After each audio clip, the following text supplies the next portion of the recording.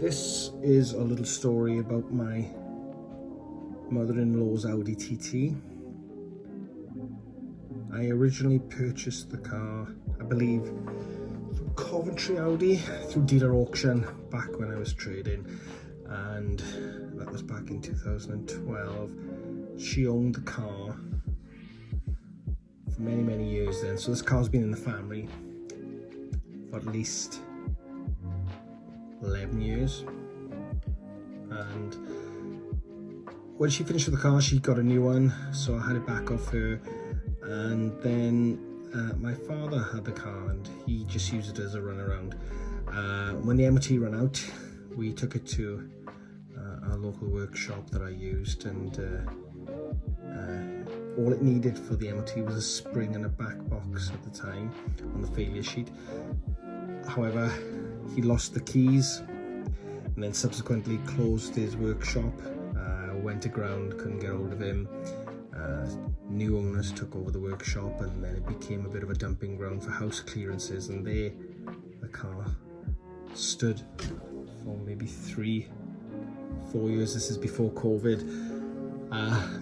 Every now and again I would look over the fence and different things would be stacked around the car, like refrigerators and settees and mattresses and whatnot, and I just couldn't get it moved.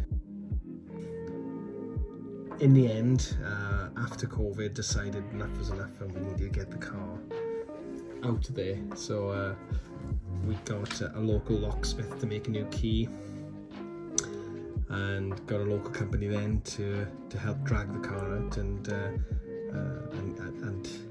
take it home, ready to recommission and bring it back together. Because it was always a good car. It had excellent bones, awesome service history, and obviously been in the family for a long time, so I knew it was worth bringing back, even though it looked a lot worse than what it was. Luckily, many times the owners of the yard contemplated getting it scrapped, but obviously never had the right paperwork. And this is obviously light recommissioning, brand new exhaust from the cat back, brand new suspension, rear brakes, all the front brakes cleaned up, all the calipers unseized, and new brake pipes, and it was nice to see it turn around and come out as nice as it did, because I always knew it was a good car and it deserved saving, and it lives again now for its new owners. So the car will be up for sale once it's had a service, and I hope the new owner enjoys it. Fab.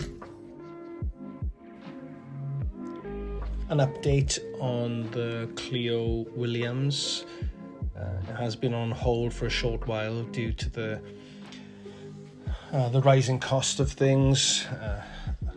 As with the Clio, it's been in the family for well over 25-26 years, so we're in no rush to get that done, and moving forward, when things calm down, we can go in and get the vehicle finished and painted, and hopefully we should have an update for you soon.